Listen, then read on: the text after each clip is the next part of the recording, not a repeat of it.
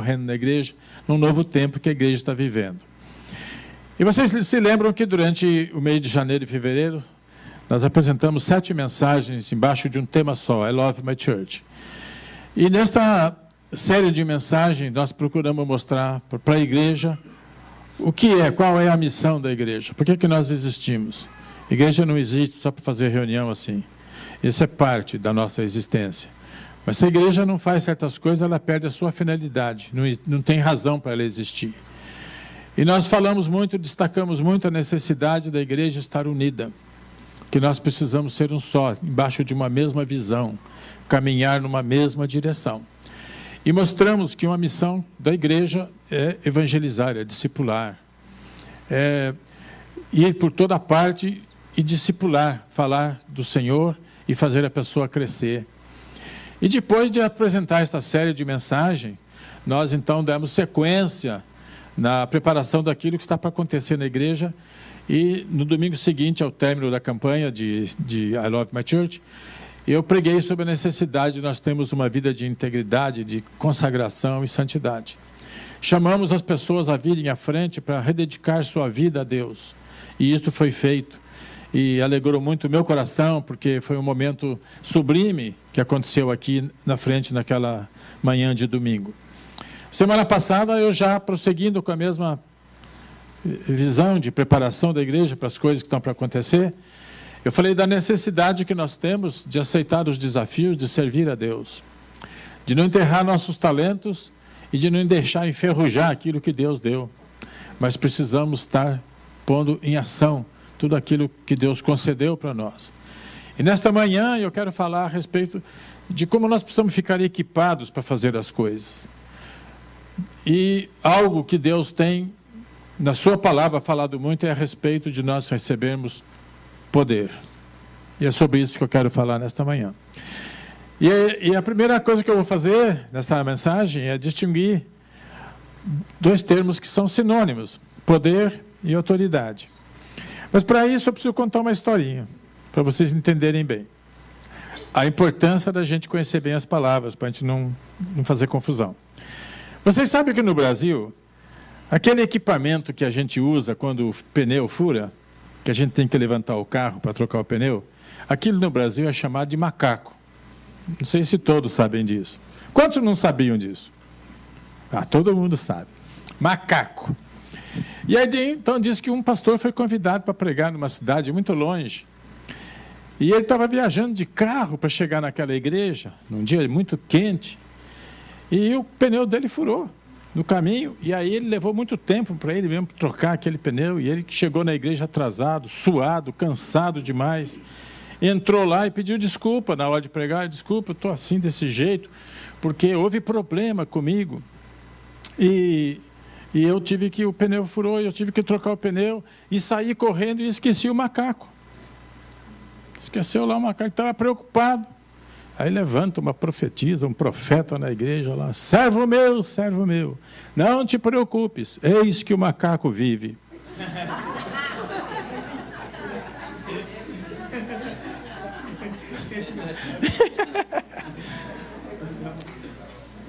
Precisa conhecer a palavra, né? Senão faz essa confusão. Então, a mesma coisa a respeito de poder e autoridade. Eu vou usar uma ilustração muito simples aqui, para tentar distinguir uma palavra da outra. Vamos pensar esse personagem de televisão e de cinema chamado Hulk.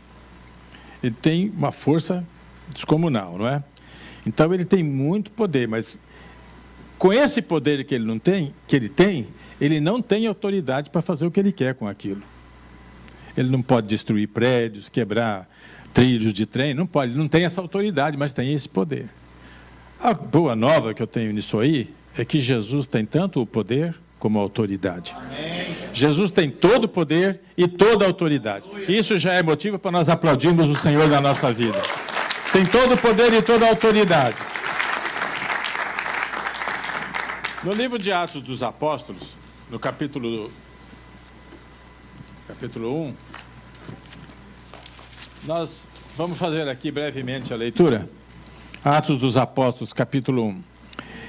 Em meu livro anterior, Teófilo, escrevi a respeito de tudo que Jesus começou a fazer e a ensinar, Aqui eu gosto muito de destacar que Lucas, ao escrever esse livro, ele disse que no primeiro livro, que foi o livro que leva o nome dele, Lucas, ele escreveu a respeito de tudo que Jesus começou a fazer e a ensinar. É apenas o começo de tudo que Jesus faz e ensina, amém? Não é o todo. E até o dia em que ele foi elevado aos céus, depois de ter dado instruções por meio do Espírito Santo aos apóstolos que havia escolhido. Depois do seu sofrimento, Jesus apresentou-se a eles e deu-lhes muitas provas indiscutíveis de que estava vivo. Apareceu-lhes por um período de 40 dias, falando-lhes acerca do reino de Deus. Certa ocasião, enquanto comia com eles, deu-lhes esta ordem: não saiam de Jerusalém, mas esperem pela promessa de meu Pai, da qual lhes falei. Pois João batizou com água, mas dentro de poucos dias vocês serão batizados com o Espírito Santo. Então os que estavam reunidos lhe perguntaram: Senhor, é neste tempo que vais restaurar o reino a Israel? E ele lhes respondeu: não lhes compete saber os tempos ou as datas que o Pai estabeleceu pela sua própria autoridade, mas receberão poder quando o Espírito Santo descer sobre vocês, e vocês serão minhas testemunhas em Jerusalém, em toda a Judéia e Samaria e até os confins da terra. Amém? Eu li esse texto um pouco longo, mas na verdade eu quero falar sobre o versículo onde há uma promessa. Esta promessa que Jesus fez junto com seus discípulos foi de que chegaria um momento em que eles receberiam poder, que haveria um instante em que eles seriam equipados para fazer aquilo que era a missão para a qual eles tinham vindo a este mundo. E esta missão que eles tinham é a mesma que a igreja tem. Jesus falou no livro de Marcos para ide por todo mundo e pregai o evangelho a toda criatura. Já em Mateus, no final do livro, ele diz: vão a todas as nações e fazei discípulos, e batizando-os em nome do Pai, do Filho e do Espírito Santo, e ensinando a eles todas as coisas. Então a ordem que Jesus deixa é que nós precisamos ir. Há um conceito errado, normalmente nas igrejas, de que a gente pensa que o pecador vem para a igreja, que vem para o nosso templo, que esperar que ele passa aí na rua, vê a placa aqui, Igreja do Evangelho Quadrangular, ou vê lá do bispo Adriano, e ele entre lá espontaneamente. Isso não acontece com frequência, é raro, mas a ordem do Senhor não é para a gente ficar orando, ajoelhado na igreja, orando: Senhor, manda os pecadores. Não, é muito claro na Escritura, nós é que temos que ir. Nós temos que ir no território do inimigo e fincar a bandeira do Evangelho lá, e lá vencer Satanás e derrotá-lo. Mas para isso, nós precisamos de ter um poder. Nós não podemos ir lá de qualquer jeito. Nós temos que nos equipar, e este poder vem através do Espírito Santo. Então, Jesus deixou muito claro isso: vocês vão receber poder. Agora, a pessoa pode pensar: mas o que é? Um poder militar? Nós vamos enfrentar o inimigo aí com o quê? Com armas? Ou exibindo certificados de diplomas que nós temos, de faculdades? Gente, isso não tem nada que ver. A gente não expulsa Satanás batendo com a Bíblia na cabeça da pessoa. Não, para expulsar Satanás, você não precisa nem pôr a mão na pessoa, aliás, nem deve. Quando você vai expulsar Satanás, você vai na autoridade e no poder do Senhor Jesus Cristo. E em nome de Jesus, Satanás não resiste. Amém? Uma certa ocasião, nós estávamos numa convenção na igreja em São Paulo, e enquanto estava sendo realizado o culto, eu estava lá no final, encostado na parede, e uma pessoa na vizinhança, houve um problema lá de pessoa endemoniada, jogando cadeira, tirando coisas lá, e a pessoa que de vez em quando ia na nossa igreja foi correndo procurar ajuda, e para sorte dela, não é? Quando ela entrou, eu estava logo encostado aqui, ela me viu: pastor, eu preciso falar com o senhor. O que é? Ela me contou a história e falou: o senhor precisa me ajudar. Eles estavam ali na convenção, e eu fui lá expulsar o Satanás da vida daquela pessoa. Levei um que tocava violão comigo. Quando chegou lá na hora, o demônio estava bravo lá, eu cheguei para o tocador de violão, falei, toca o violão. Ele começou a tocar e o demônio começou a se acalmar, passou a fúria dele. Quando ele deixou de ser furioso, eu pensei, bom, agora ele não vai bater em mim. Já está calmo. Quando ele estava ali, em nome de Jesus, eu te ordeno, Satanás, sai dele. Aí saiu aquele espírito maligno, o homem ficou completamente bom, porque para expulsar Satanás você não precisa pôr a mão. Você precisa ir no nome de Jesus, na autoridade que a autoridade é de Jesus, mas ele delegou para nós. Então nós precisamos estar equipados para fazer aquilo que nós precisamos fazer. Da mesma forma que a gente precisa comer para trabalhar, você imaginou, se você não come 2, 3 dias, você não vai conseguir limpar a casa. Você não vai conseguir sair aí correndo com o carro para entregar pizza. A gente não vai conseguir fazer o trabalho porque o corpo não está reagindo mais. Precisamos nos alimentar. Da mesma forma, no mundo espiritual, nós precisamos estar fortalecidos. E esta força espiritual vem através da pessoa do Espírito Santo. Então, quando nós oramos, quando nós nos consagramos, quando nós buscamos viver de acordo com a vontade de Deus, nós também não podemos nos esquecer de que precisamos gastar um certo tempo em busca deste poder. Buscar, pedir, Senhor, venha sobre mim, envia o teu Espírito Santo. Agora, aí existem duas coisas. A pessoa, a presença do Espírito Santo em nós e o batismo com o Espírito Santo. Na verdade, são duas coisas, vamos dizer que elas são distintas. Primeiro, toda pessoa salva em Cristo Jesus, toda pessoa que se entrega genuinamente para Jesus, automaticamente recebe o Espírito Santo.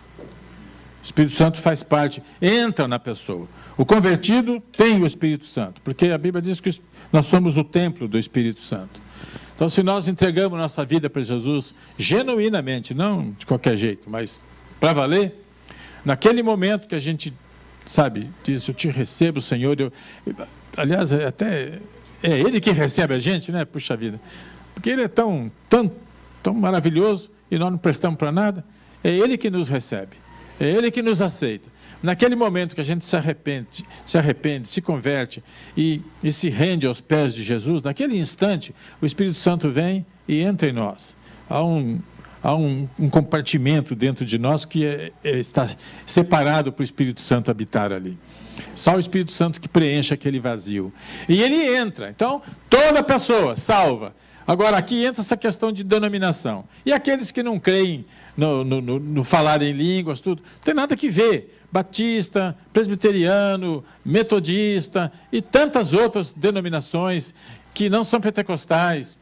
Se é convertido, se é salvo em Cristo, tem o Espírito Santo, amém? Então, irmãos, essas pessoas não são nossas inimigas, não. Nós somos todos uma família só, a família de Deus. Nós não devemos ficar combatendo uns aos outros, mas, olha, se vocês quiserem seguir meu exemplo, eu vinha de casa, passava ali, sempre em frente à Igreja Batista, que funcionava ali perto daquela rotatória que tem ali. Toda vez que eu passava lá, eu me voltava, estendia a mão e falava, abençoa, Senhor, aqui. Todos que congregam neste lugar. São batistas, são nossos irmãos em Cristo. Amém? Então, quando você diz I love my church, você não está dizendo apenas que você ama a igreja do Evangelho Quadrangular de Malden. I love my church é a expressão que Jesus tem, porque Jesus ama a igreja e deu a vida por ela. E assim nós também devemos dar a vida pelos nossos irmãos, pelas nossas irmãs, porque nós somos a igreja. Igreja não é templo, igreja não é um lugar. Igreja somos nós, amém? Então, Jesus amou a igreja, Jesus amou o povo. E nós também precisamos amar uns aos outros. Então, voltando aí, toda pessoa convertida tem o batismo com o Espírito Santo. Entre esta multidão de convertidos, tem muitos, milhões, que creem numa outra coisa, numa manifestação que vem diferentemente, que é da pessoa crer que há um batismo, chamado de batismo com o Espírito Santo, como foi relatado aqui em Atos. Vocês vão receber poder ao descer sobre vós o Espírito Santo. E um pouco para frente diz, vocês serão batizados com o Espírito Santo. Então, como é que isso se dá? E quando nós recebemos o Espírito Santo, mas nós cremos em algo adicional. Ou seja, que este Espírito Santo que está aqui dentro de nós pode se manifestar de diversas maneiras, nos capacitando para fazermos aquilo que é a nossa tarefa. Qual é a tarefa? Por que é que somos batizados? Para que é que nós recebemos poder? Só para ficar reunido, falando em línguas e profetizando uns sobre outros? Não, não é só para isso. Na verdade, a razão pela qual nós recebemos poder está escrito ali, para poder ser testemunhas de Jesus. Agora, se nós recebemos este poder, através deste batismo com o Espírito Santo, e nos fechamos num grupo, e ficamos ali, só esperando profecias, só esperando palavras que nos animem, nós estamos ficando uma igreja que não está cumprindo a sua missão. E esta é a tarefa que nós precisamos, essa é algo que nós, como Igreja Quadrangular de Malden, precisamos mudar. Nós não podemos nos conformar em continuar sendo o que somos. Nós temos que mudar, nós temos que fazer o que Jesus mandou fazer, nós temos que receber o poder e anunciar o Evangelho para que as pessoas sejam salvas. Essa tarefa é nossa, igreja. Nós não podemos nos acomodar. Eu costumo dizer uma frase que vocês devem estar cansados de ouvir. A igreja está boa. A igreja está muito boa. Mas pode melhorar. Tem muito campo para melhorar. Graças a Deus, a igreja aqui é uma igreja que tem bastante unidade. Pouquinho assim, só de fofoca.